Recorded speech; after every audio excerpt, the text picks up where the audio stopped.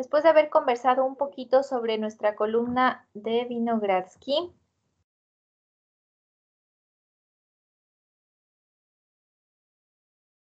ok, nos vamos por acá. ¿De pronto estamos visualizando ya la pantalla? Sí, profe. Sí, profe. Sí, profe. Listo. Estamos entonces ya en la unidad 5, que es la última, les comentaba, y se titula Ecología microbiana. Dentro de esta unidad, nosotros la hemos dividido y estudiamos ya la semana anterior lo que respecta a la microbiología del aire, que digamos es una microbiología pobre. Recordarán ustedes que con respecto a la micro del aire decíamos, es una micro pobre porque no hablamos de microorganismos autóctonos. ¿Qué tipo de microorganismos entonces predominan a nivel de aire? Si no son autóctonos, son entonces alóctonos. Perfecto, son alóctonos. Y hablábamos de que hay que tener en cuenta para considerar cómo se distribuyen, cómo se transportan, algunos factores externos de los que depende la cantidad, la carga microbiana. Les comentaba que no es lo mismo hacer un muestreo de aire ambiente en el que prácticamente las condiciones pueden variar de un segundo a otro, que no son condiciones estables, a ir monitoreando la calidad del aire intramural y que en eso ustedes entran perfectamente en juego.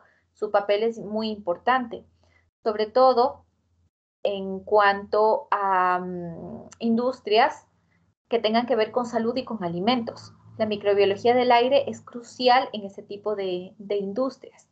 ¿Okay? Ustedes van a tener todo un periodo académico para estudiar, me parece que la asignatura se llama contaminación del aire o algo por el estilo, pero en cuanto a aire, lo que estudian es material particulado de otro origen, básicamente un origen inorgánico, gases y demás. De ahí que incluso nuestra legislación, les recalcaba, nos queda debiendo en esta parte y tenemos que recurrir a legislación de la región o incluso normativa internacional.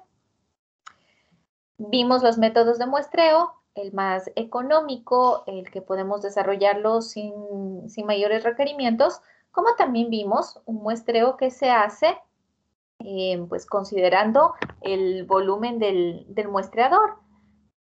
Un muestreador que es automático, que capta cierto volumen de aire. Hay que tomar en cuenta desde luego el diámetro de la placa, el tiempo, etc. Y nosotros podemos hacer un reporte cuantitativo. De lo contrario, en el método más sencillo, más económico, el reporte que hacemos es un reporte cualitativo. Hasta ahí la recapitulación de lo que vimos en las clases anteriores. Pues el día de hoy empezamos con lo que respecta a la microbiología del agua. ¿Perdón? Listo. Ustedes saben que el hábitat, el agua es el hábitat más adecuado para el crecimiento microbiano. Les digo esto porque cuando hablábamos de los factores determinantes para el desarrollo de los microorganismos, sin duda alguna topamos este tema y lo topamos a modo de agua disponible. ¿Se acuerdan del valor de AW? Entonces decíamos, el valor ideal lo tiene el agua destilada, que es 1. Hay microorganismos que se van estratificando de todo un poco. Las bacterias suelen requerir mayores cantidades de agua, pero claro, tenemos también el extremo de las bacterias que son halófilas, que viven en condiciones de muy poca cantidad de agua. Y bueno, los hongos son menos exigentes en cuanto a este recurso, pero de igual manera lo necesitan, salvo aquellos que son xerófilos, cuyo valor de disponibilidad de agua puede llegar incluso a 0,6. Es definitiva y absolutamente necesaria para el metabolismo. Como por cualquier otro organismo vivo, el agua se necesita metabólicamente porque es el medio en el que se llevan a cabo la mayor parte de reacciones. ¿Qué es lo que hay que considerar? Que en el caso del agua nosotros hablamos de ecosistemas de agua dulce, ecosistemas marinos Y hablamos de los estuarios, que tienen, digamos que es una combinación de los dos lados. Ya lo veremos en su momento. Citamos ecosistemas de agua dulce como los lagos, los estanques, los pantanos, fuentes, arroyos, ríos, etc. Y marinos como los océanos y los mares. Si nosotros vemos un esquema referencial nada más del porcentaje de agua dulce frente al de agua salada, nos encontramos que la cantidad es mínima. Desde luego, les diría yo que estos valores no están actualizados al día de hoy, pero nos sirven para tener una referencia. De ese bajo porcentaje de agua dulce, aquí hay que dividirlo en glaciares, en acuíferos, en ríos y arroyos y demás. Medios naturales, medios de agua dulce naturales, en los que no ha intervenido la acción del hombre, son medios oligotróficos. No se olviden. Ya si, por ejemplo, alguien me puede decir, ok, pero ¿qué pasa si este acuífero fue tomado como un punto de extracción y resulta que ya por ahí hay actividades de pastoreo, incluso lavado de ropa o descargas? Desde luego se va a contaminar y pues habrá una carga de materia orgánica no natural. Pero en términos generales y en condiciones naturales podríamos generalizar y decir que estos medios de agua dulce que acabamos de señalar, glaciares, acuíferos, son ambientes oligotróficos. Con ríos, con arroyos, el panorama puede cambiar un poquito. Los microorganismos definitivamente desarrollan funciones importantes a nivel de estos ecosistemas, como por ejemplo, citamos aquí algunos casos nada más, la síntesis de materia orgánica. Sabemos, y ustedes mismos lo están viviendo ahora en su columna, que era lo que estábamos conversando hace un momento, hay organismos fotosintéticos, que son los del primer eslabón en la cadena trófica, son los que sintetizan la materia orgánica, que será utilizado por organismos heterotróficos. No puede faltar en ningún ecosistema aquellos que hagan procesos de descomposición. Así que también tendremos microorganismos descomponedores de materia orgánica. No siempre los sustratos y no siempre los nutrientes van a estar a disponibilidad de los microorganismos. De todos los microorganismos no siempre van a estarlo. Por lo tanto, existe un grupo que usualmente suelen modificar esta composición para hacerlos asequibles, disponibles. Hay microorganismos que se encargan de la solubilización de nutrientes y hay otros que simplemente vienen a ser fuente de nutrientes para organismos generalmente de un tamaño superior. Entonces, veíamos sobre la mínima fracción a la que corresponde el porcentaje de agua dulce y pues la mayor parte por volumen se lo llevan las aguas marinas. Ejemplos de ecosistemas de agua dulce los señalábamos, los lagos, los estanques, los pantanos, las fuentes, los ríos, los arroyos. Y se suelen caracterizar, aquí hay que hacer una diferenciación entre lo que son lénticos y lóticos. ¿Qué entenderíamos nosotros por lénticos? ¿Y qué entenderíamos por lóticos? Pasivos. Muy bien. Por lénticos, pasivos, lento. Lénticos que suelen estar estáticos. Por eso les decía, de todos estos nosotros tenemos que hacer aquí una diferenciación, porque van a haber ecosistemas que sean lénticos y otros lóticos. Entonces no es lo mismo referirnos, por ejemplo, a un lago que a un río. En los ecosistemas de agua marina, estos usualmente suelen ser lóticos, sin duda alguna, porque presentan movilidad, suelen estar alimentados y siempre van a estar en continuo movimiento los océanos, los mares y los estuarios, que vienen a ser como una transición entre aguas dulces y aguas marinas.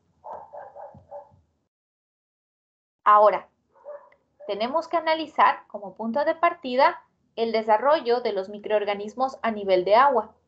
Miren que vamos a hablarlo en términos generales. No estamos diciendo ni agua dulce ni agua salada. En términos generales, hay algunos factores que van a influir en el desarrollo de los microorganismos. Como por ejemplo, en primer lugar, el contenido de oxígeno. Ahora, ¿qué vamos a nosotros a reconocer inmediatamente? Claro, a nivel del estrato superior, la concentración de oxígeno es abundante. Si este es nuestro cuerpo marino, todo esto es nuestro cuerpo marino.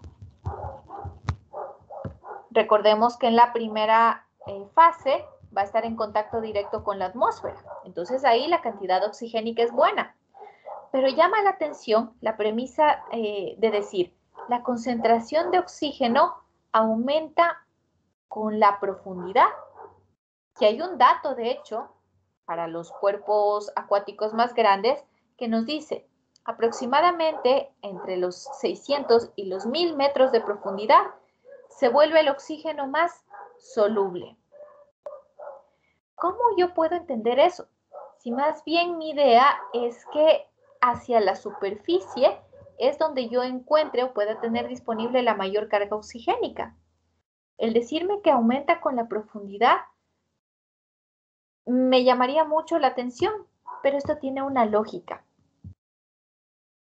Miremos, por favor, esta representación de cómo varía la concentración oxigénica con respecto a la profundidad.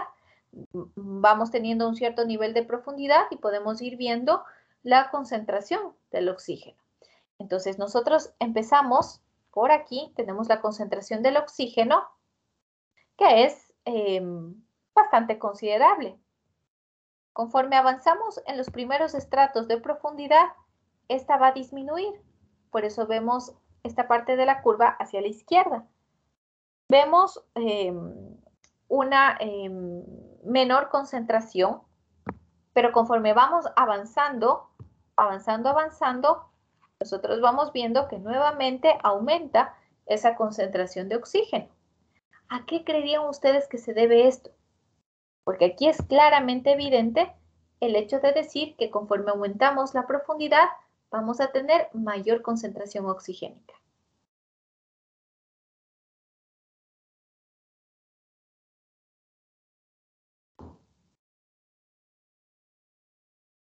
¿A qué creen ustedes? Miren los valores de oxígeno.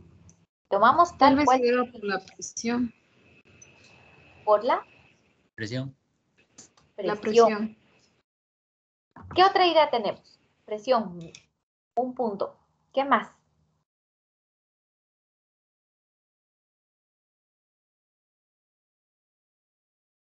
¿Qué más creen ustedes?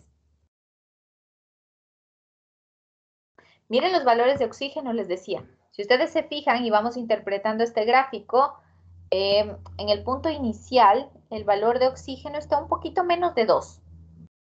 Vamos avanzando en la primera, un poquito en profundidad, en las primeras capas de profundidad, y radicalmente ese valor de oxígeno cae. Cae a menos de 0.5, diría yo. Pero conforme vamos avanzando en profundidad, miren ustedes, 1 kilómetro, 2, 3, 4, retornamos a un nivel de oxígeno considerable que ya es cerca de 1. Aumenta con la profundidad. Más oxígeno a mayor profundidad. Y eso se debe al movimiento que existe, al movimiento de las masas de agua que existe a ese nivel. Entonces aquí hay una especie de turbulencias que se van generando. Eso provoca que las masas de agua se muevan e ingrese oxígeno hacia esas zonas. ¿De acuerdo? Entonces a eso nos referíamos cuando decimos que la concentración de oxígeno aumenta con la profundidad. Tanto así que este valor teórico entre los 600 y los 1000 metros, decíamos, se vuelve más soluble. ¿A qué llamamos oxígeno disuelto? Oxígeno disuelto viene a ser el oxígeno libre, el que está disuelto en el agua, la cantidad de oxígeno gaseoso que está disuelto en ella. Se consigue o se llega a este punto por difusión del aire del entorno o por aireación del agua, que es justamente lo que estábamos comentando hace un momento. Hay tal movimiento de las masas de agua en ese nivel que parte del oxígeno que está en la zona superficial, que está aquí en la zona superficial, se va mezclando y va llegando hacia las zonas profundas. Y claro, y muchas veces nos hemos preguntado, es que si no, ¿cómo pueden desarrollarse organismos que son dependientes de oxígeno en este punto? Y es porque evidentemente sí existe presencia oxigénica a ese nivel. Ese es uno de los factores. Otro factor a tener en cuenta, por ejemplo, es el pH. ¿De acuerdo? Entonces, se tiene que el pH va a variar debido a la dilución de los minerales del ambiente. En las aguas dulces, el pH va a depender del aporte terrestre, básicamente del aporte terrestre. Recordemos que en términos generales, comparando ambientes de agua dulce con agua marina, el tamaño del cuerpo acuático es menor, ¿no? Entonces está en mayor contacto con la fase terrestre. Por eso depende de ella. ¿Y qué le aporta la fase terrestre? La Tierra le aporta minerales ácidos o también le puede aportar minerales alcalinos. En tanto que a nivel de los océanos, es decir, las aguas marinas, está ligada al sistema de equilibrio del carbonato. ¿Qué pasa a nivel de los océanos? Cuando hay un aumento en la concentración de CO2 en el océano, se va a generar una reacción con el agua. Ese CO2 va a reaccionar con el agua, lo vemos acá abajo, CO2 está reaccionando con el agua. Y también en el agua hay iones carbonato que están disponibles. Entonces, producto de toda esta reacción que involucra el CO2 del ambiente, el agua, obviamente del océano, y los iones carbonatos que están disponibles ahí, se generan iones bicarbonato. ¿Qué es lo grave de esta reacción? Que en medio de ella se van robando esta partecita de aquí que es sumamente importante para producir los esqueletos calcáreos. El momento en el que hay CO2 en el ambiente es inevitable que reaccione con el agua y es inevitable también que reaccione con estos iones carbonato. Pero esto es penoso porque se va robando prácticamente carbonato que es útil para construir los esqueletos calcáreos. ¿Ok? El carbonato cálcico es la base para la mayor parte de los esqueletos internos y externos de una gran cantidad de organismos vivos. Eso es lo que está pasando en nuestros océanos. Hay un estimado, una proyección que habla de que aquí ya en unos pocos años las especies que presentan un exoesqueleto, me estoy refiriendo a los invertebrados, van a ser los primeros que sufran por esta acumulación de un gas de efecto invernadero como lo es el CO2, más allá de la misma acidificación del medio. Hablamos del océano como un sumidero de carbono. De hecho, el océano no es el único sumidero de carbono, porque tenemos nosotros el caso de los bosques también. Los bosques y los océanos vienen a hacerlo. Pero, ¿cuál es la diferencia entre uno y otro caso? Bueno, por la reacción que nosotros acabamos de explicar, pues el océano es capaz de extraer CO2 de la atmósfera y lo inmoviliza. Lo inmoviliza a través de esta reacción. ¿Qué pasa en los bosques? Los bosques también vienen a ser una fuente interesante de carbono, pero ojo, los bosques corren el riesgo de en algún momento poder quemarse. Y al quemarse, más bien van a liberar grandes cantidades de CO2 a la atmósfera, cosa que no va a pasar con el océano, porque gracias a esta reacción, ese CO2 queda inmovilizado. Esa es la diferencia entre el océano y el bosque como sumidero de carbono.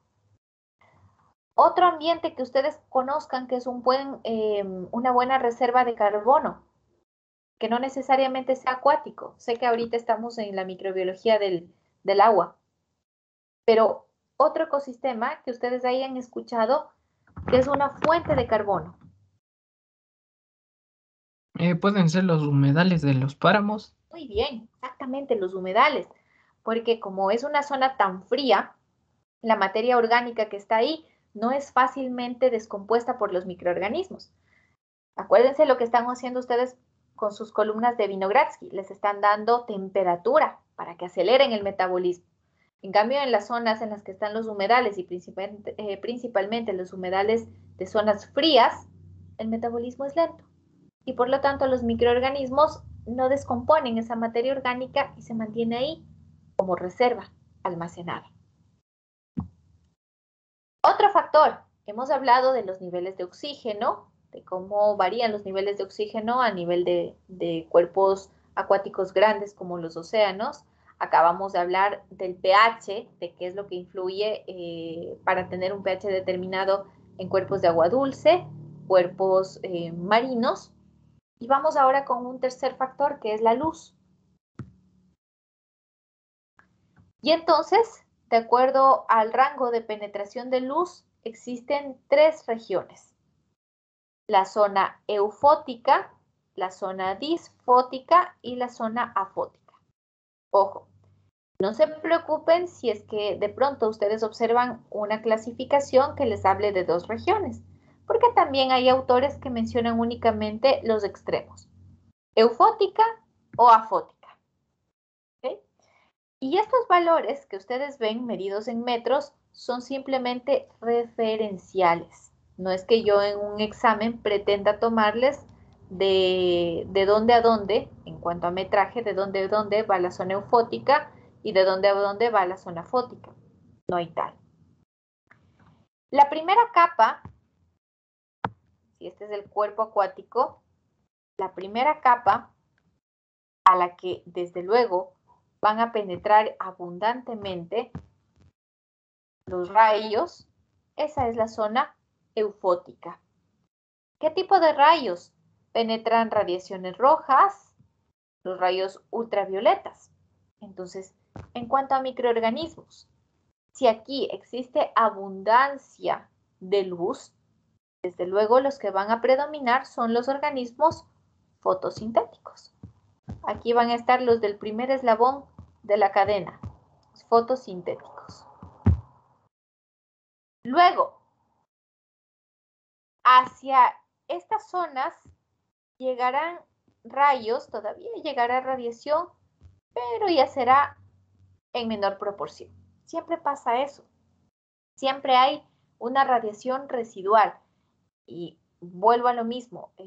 Ustedes en su columna, que no es precisamente un ambiente acuático en absoluto, pero en su columna también tienen esto. Llegan residuales de radiación y entonces ya no hay una fotosíntesis efectiva. Solo penetran las radiaciones azules del espectro. Pero existen organismos que pueden hacer fotosíntesis aún.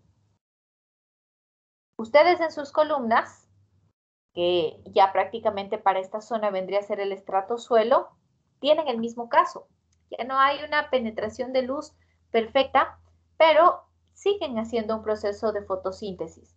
Una fotosíntesis no oxigénica.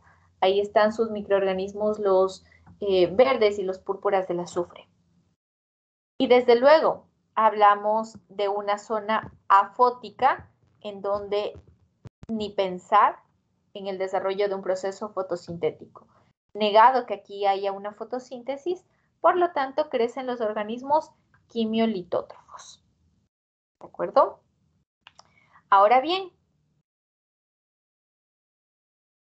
hay un punto más que se señala en el que se dice que en las aguas dulces, en los hábitats de aguas dulces, el CO2 se fija principalmente en algas macroscópicas, mientras que en las aguas de mar se fijan en otros microorganismos que son autótrofos, como por ejemplo las cianobacterias.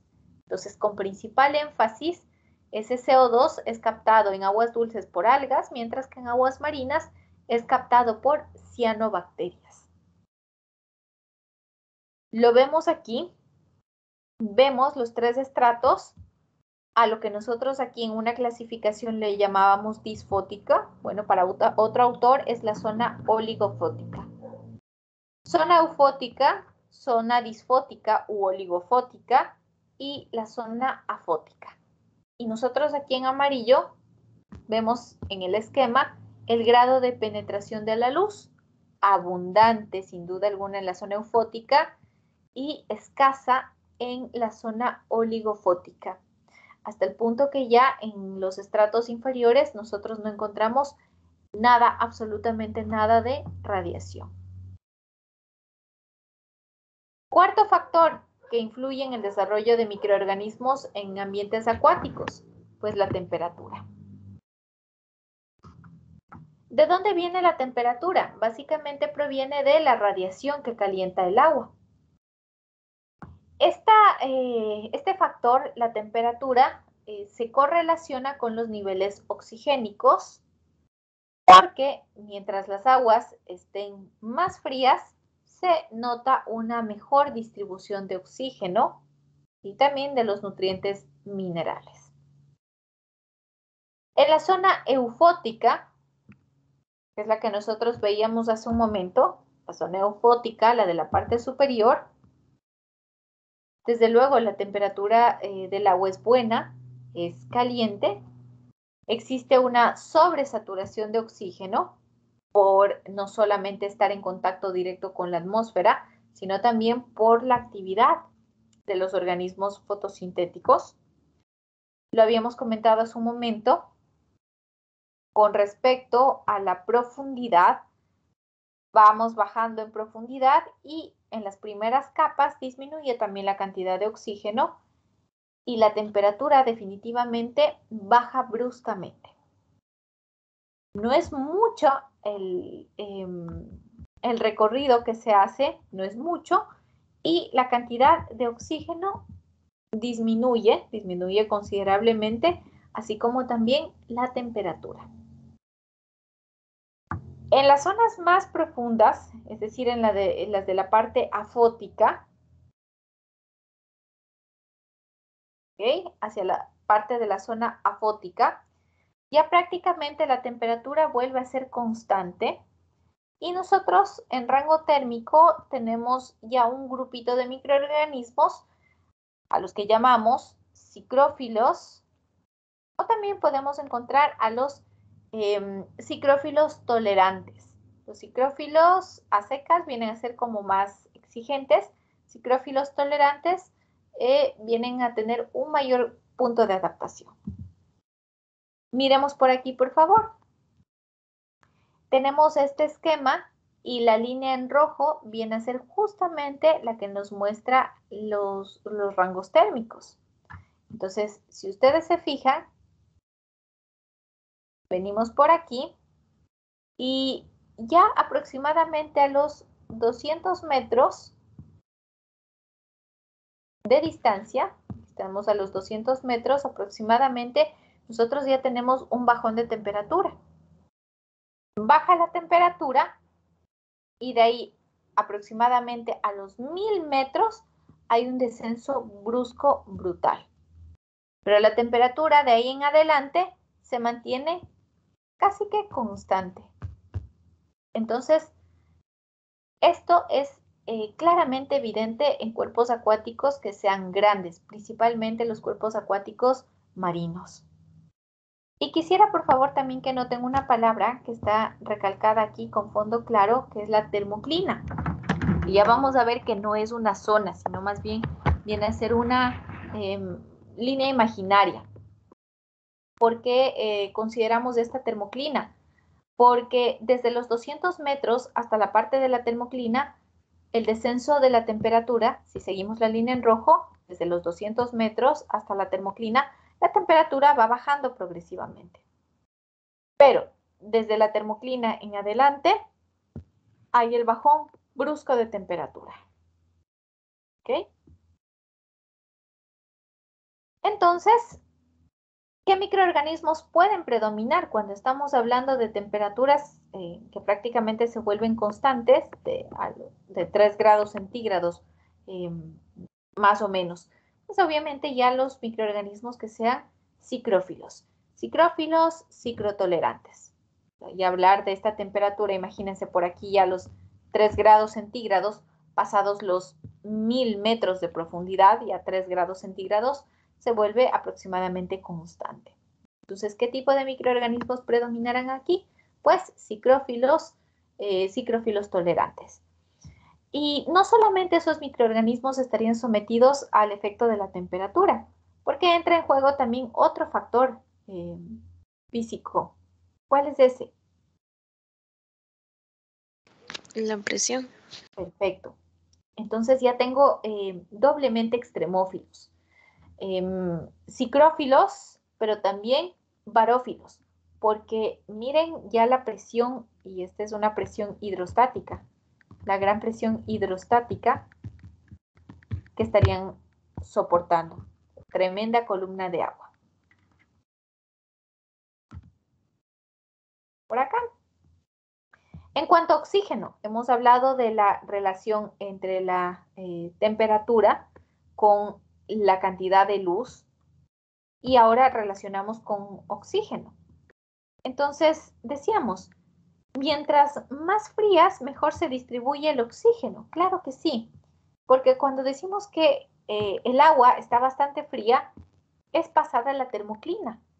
Pero en este punto, acuérdense lo que les mencionaba hace un momento, hay turbulencias. Entonces, tal es el movimiento de las masas de agua que parte del oxígeno que está en la atmósfera, parte del oxígeno generado por los organismos fotosintéticos que están aquí, por aquí están los fotosintéticos, toda esta parte viene a ser atmósfera. Parte de ese oxígeno llega a tales profundidades y entonces la cantidad oxigénica se compara prácticamente con la que está a nivel de la atmósfera.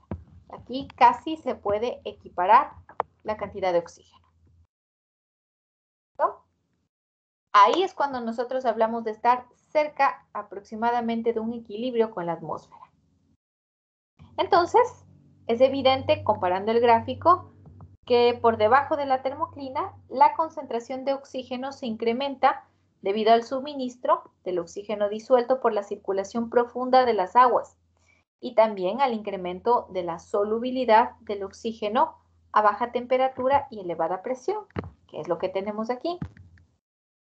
Aquí tenemos bajas temperaturas, claro, 3 grados centígrados, y alta presión.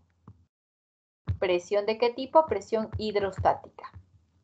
La presión a la que estamos hablando aquí es una presión hidrostática. A estos microorganismos se los ha monitoreado, pero el muestreo no es precisamente el que nosotros hemos venido conociendo durante el periodo académico. Se sabe de la existencia de estos microorganismos por pruebas de material genético, es decir, se mapea el material genético que está presente en esta zona. Entonces se dice, ¿hay ADN? Ok, listo. Hay microorganismos que están presentes en esta zona. Para aguantar semejantes condiciones, son microorganismos psicrófilos y barófilos también. Pensar que nosotros podemos muestrear, por ejemplo, enviar una sonda, tomar una muestra y esa muestra llevarla al laboratorio. ¿Creen ustedes que sea eso posible? ¿Que nosotros podríamos cultivar a estos microorganismos psicrófilos y barófilos a la vez? No. ¿Sería posible eso? No, porque es una longitud muy extrema, se podría decir. Exactamente.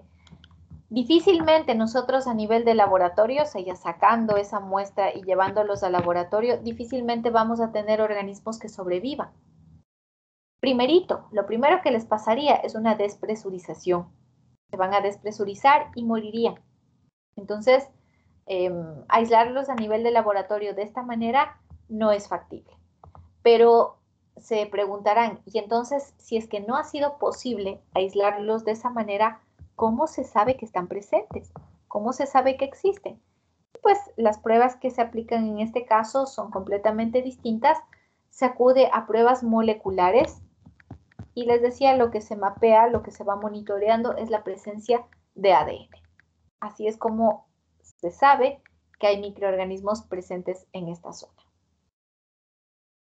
Con respecto a la termoclina, nada más, que les dejaba por acá una nota en la parte inferior, recalcarles una y otra vez. No es que la termoclina sea una zona perfectamente definida. Más bien la termoclina se suele marcar como una línea que va a separar dos masas de agua a temperaturas completamente diferentes. O sea, es el punto en el cual existe un cambio drástico de temperatura. Continuamos con los factores que influyen en el desarrollo de los microorganismos en ambientes acuáticos y tenemos entonces la disponibilidad de nutrientes. Así que hablamos de una disponibilidad de nutrientes para aguas dulces y para océanos como representantes de aguas marinas. ¿De dónde provienen los nutrientes en aguas dulces?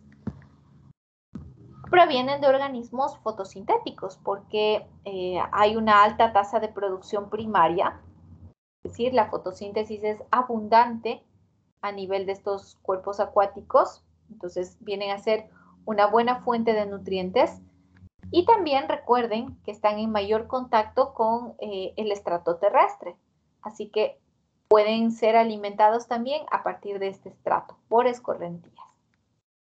¿Qué es lo que pasa a nivel oceánico? Como son cuerpos de agua tan grandes, los nutrientes tienen que repartirse entre toda esa masa de agua y diríamos en términos generales que la concentración de nutrientes es baja. ¿De dónde se saca entonces materia orgánica?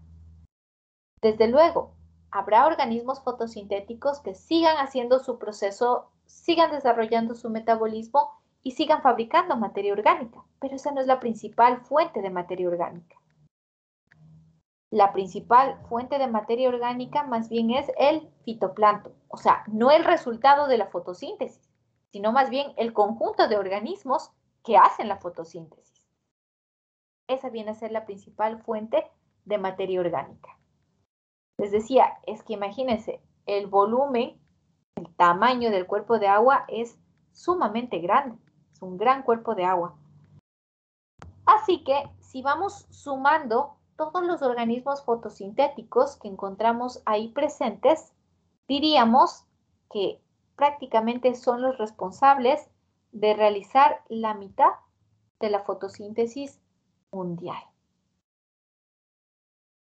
De hecho, la gran parte, la gran mayoría del carbono fijado a través del proceso de la fotosíntesis permanece en la zona eufótica. ¿Por qué hablamos de carbono fijado? ¿En qué punto nos referimos a la fijación de carbono? ¿Qué significa esto? ¿De qué tipo de carbono nos estamos, a qué tipo de carbono nos estamos refiriendo?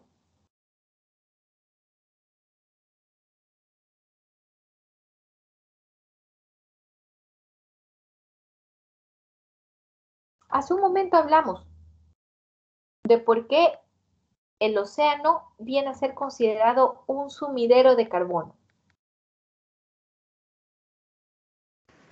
Porque reacciona con el agua y de ahí a la vez toma los carbonatos, me parece, y eso afecta en la construcción de los caparazones, de los esqueletos.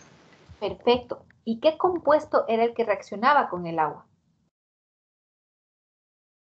El Dióxido de carbono. Dióxido de carbono. Listo. Entonces, vamos interpretando la literatura. Cuando nos dice la gran mayoría del carbono fijado, se refiere al CO2. CO2 que está presente en la atmósfera y una parte del CO2 es tomada para la fotosíntesis. El otro CO2 es el que ya se combina directamente con el agua. Ese carbono fijado a través del proceso de fotosíntesis es un porcentaje porque el otro carbono fijado se da a través de la reacción con los iones carbonato, lo que ustedes mencionaban hace un momento. En definitiva, esto permanece en la zona, en la primera zona de estos cuerpos oceánicos, que es la zona eufótica, a la que llegan desde luego los rayos solares. Solo el 1% del carbono orgánico alcanza las profundidades marinas y en realidad el suelo marino. ¿De dónde viene ese carbono? Si todo esto es el cuerpo oceánico, toda esta columna de aquí es el cuerpo oceánico, como en esta primera capa están haciendo el proceso de fotosíntesis, porque es aquí donde llega la radiación, CO2 que está en el ambiente, está el CO2, es tomado por los microorganismos fotosintéticos. Hay algas, pero la mayor parte de los fotosintéticos a nivel oceánico son las cianobacterias. Es tomado por las cianobacterias, o en otras palabras, es fijado por las cianobacterias. Desarrollan el proceso de fotosíntesis. Y otra parte del CO2 se combina directamente con el agua en la reacción de acidificación que nosotros estudiábamos previamente, cuando se unen también a los iones carbonato. ¿De acuerdo? Entonces, aquí yo voy a tener carbono fijado, sea a través de la reacción o sea como resultado del proceso de fotosíntesis. Pero aquí voy a tener yo mi carbono fijado. Como carbono orgánico, principalmente el resultante de la fotosíntesis como carbono orgánico, la mayor parte va a estar manteniéndose en esta primera zona. ¿Qué es lo que nos ofrece la fotosíntesis? Nos ofrece poder generar materia orgánica, y esa materia orgánica va a estar disponible aquí, en los primeros estratos, en las partes superiores. Y solo un 1% va a llegar hasta los fondos marinos. Y ese 1% corresponde prácticamente a los organismos muertos.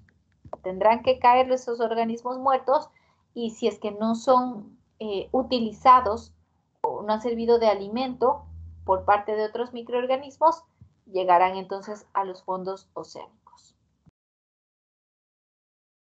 ¿De acuerdo? Tenemos entonces este esquema en donde se nos habla que el carbono se encuentra disuelto en el agua marina en forma de CO2, bicarbonatos y carbonatos, procurando mantener un equilibrio determinado. ¿De acuerdo? Aquí está el CO2 de la atmósfera que decíamos se combina con el agua. Estamos con rojo ahorita marcándolo. Se unen con los iones carbonato y van formando iones bicarbonato, lo cual en exceso no es bueno, porque después los organismos que tienen exoesqueletos no van a poder formar sus exoesqueletos, pero pasa, pero ocurre esta reacción. Entonces, de la atmósfera es de donde está proviniendo este CO2. ¿De dónde vienen más iones bicarbonato? Y no solo eso, sino también iones calcio. Bueno, esta reacción me va generando iones bicarbonato, pero estos iones bicarbonato no los tengo solamente producto de esta reacción, sino que de fuente externa provienen también de ríos, y además a través de los ríos se tiene también la presencia de calcio. Parte del carbono va a precipitar entonces en los fondos como carbono orgánico fotosintético o como carbono inorgánico contenido en caliza, como carbonato de calcio. Decíamos, de ese carbono orgánico, que es el que se está generando aquí a través de las funciones de la fotosíntesis, de ese carbono orgánico, una partecita, pero una muy pequeña parte, llegará hacia los fondos marinos. Aquí les marco con verde. Una pequeña parte. Ahora, inorgánicamente, como carbono inorgánico, va a manifestarse en forma de caliza. ¿De dónde sale el carbonato de calcio? De producto de estas reacciones. ¿De dónde vino el calcio? El calcio era aportado a través de los ríos. Entonces, yo me estoy olvidando aquí, y no estamos tomando en cuenta hasta el momento, no hemos hablado de ellos, de qué pasa con los organismos heterótrofos. Hemos hablado del proceso fotosintético como uno de los medios de fijación de CO2. Hemos hablado de esta reacción con los iones carbonato como otro punto de fijación de CO2. Hemos hablado de la alimentación de calcio por parte de los ríos, pero no hemos hablado de los organismos heterótrofos que están presentes a nivel de estos ecosistemas. Vemos aquí estos peces, veo por aquí unos microorganismos. Estos son también organismos heterótrofos. Consumen distintas formas de materia orgánica. ¿Para qué consumen la materia orgánica? Vuelvo a una pregunta que yo siempre, con la que siempre empiezo cuando estamos hablando de metabolismo. ¿Para qué comemos? Ya mismo, ustedes se van al almuerzo. ¿Para qué comer? Para tener energía. Perfecto. Para procesar energía. ¿Y cómo se llama la función metabólica mediante la cual se genera energía?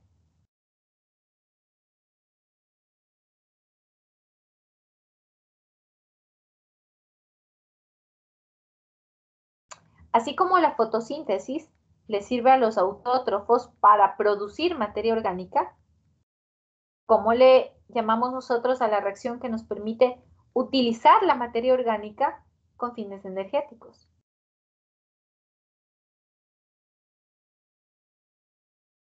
El proceso metabólico que llevan a cabo las mitocondrias. La respiración celular. Perfecto, la respiración celular.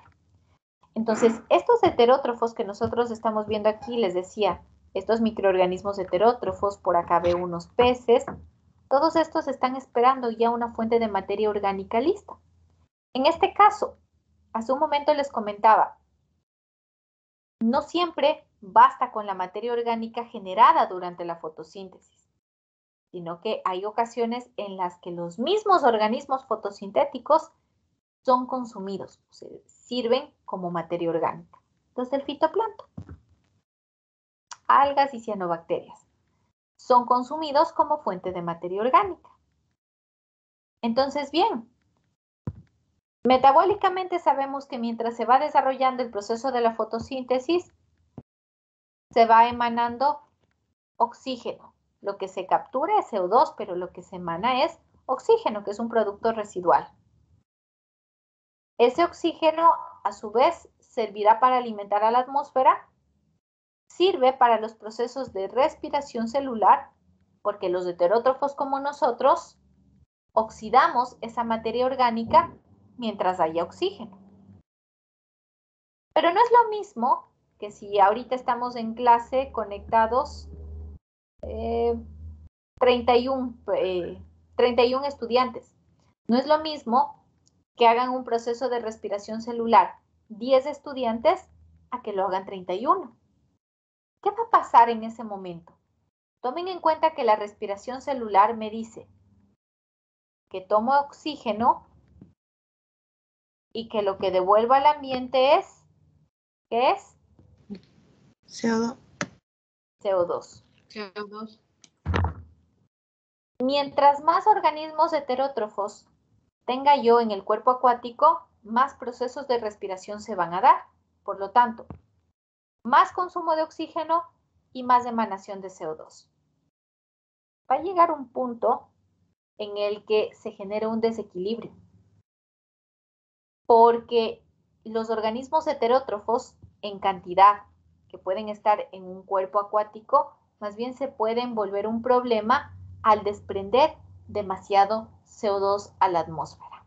¿De acuerdo? ¿Y por qué se produce esto? Por una acumulación de materia orgánica. Cuando se sale de equilibrio, cuando existe alguna otra fuente externa que esté alimentando el cuerpo acuático con materia orgánica. Lo normal, lo natural es que esa materia orgánica venga ¿de dónde? Repito, del proceso de fotosíntesis o que los mismos organismos fotosintéticos vengan a ser fuente de materia orgánica. Sumemos algo más.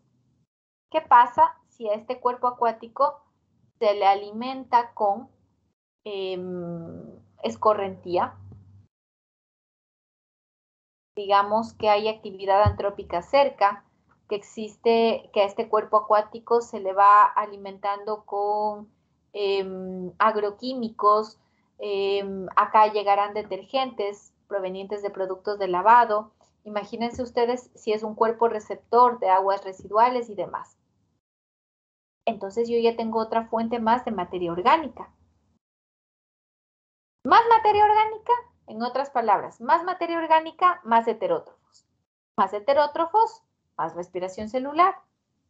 Más respiración celular, consumo bastante oxígeno y a la vez emano bastante CO2. Entonces, esa es la pérdida de equilibrio en un ecosistema acuático. ¿De acuerdo?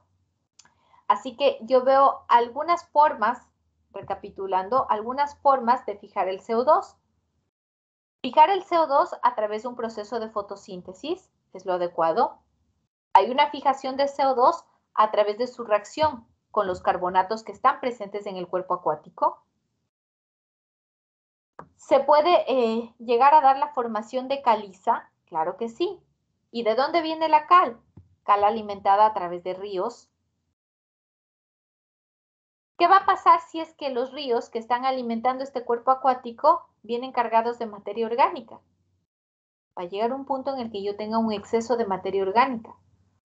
No solo la proveniente por fotosíntesis, sino también la que viene de fuente externa. Más materia orgánica, más heterótrofos. Más heterótrofos, más respiración celular. Mayor consumo oxigénico. Mayor desprendimiento de CO2. ¿De acuerdo? ¿Comprendido esta parte de aquí, el metabolismo de los organismos a nivel acuático?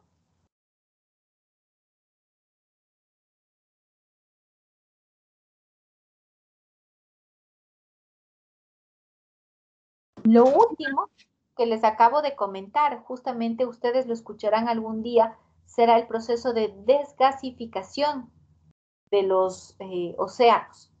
¿Qué es la desgasificación? Significa que más bien, en lugar de ser un punto en el que se capture CO2, más bien se vuelve en un cuerpo emisor de CO2. ¿Y cuándo ocurre eso? Cuando la cantidad de organismos heterótrofos es extrema. Entonces se hace mucha respiración celular y se emana mucho CO2. Esa es la desgasificación a nivel de los mares, a nivel de los océanos. Hay un dato interesante, les ponía en la parte final, les hablaba del bucle microbiano, y se dice que más del 30% de carbono orgánico disuelto es incorporado por las bacterias. Es respirado y es devuelto como CO2. Claro, incorporado por las bacterias, nos estamos refiriendo a las bacterias que son autótrofas, es decir, a las cianobacterias. Es respirado, ojo que respirado aquí no viene de una inhalación de oxígeno. Respirado nos referimos al proceso de respiración celular, es decir, es consumido como fuente para procesar energía. Y desde luego, se devuelve como CO2. Más del 30% del carbono orgánico disuelto. ¿De dónde viene ese carbono orgánico disuelto? Viene de restos de otros organismos que naturalmente están en ese cuerpo acuático. ¿Ok? Ese es el bucle microbiano. De acuerdo. Vamos a hablar el día de mañana con respecto a los hábitats, algunas características que presentan los hábitats tanto de agua dulce como de agua marina. Desde luego, no nos alcanzaría toda la unidad para hablar detalladamente de absolutamente todos los hábitats de agua dulce, ni los marinos, pero se seleccionan algunos de gran importancia, como los humedales, como los lagos, como los ríos, en el un caso, y pues en el otro caso netamente estamos hablando de océanos y de estuarios. ¿Ok? Entonces, vamos a quedarnos por hoy hasta aquí.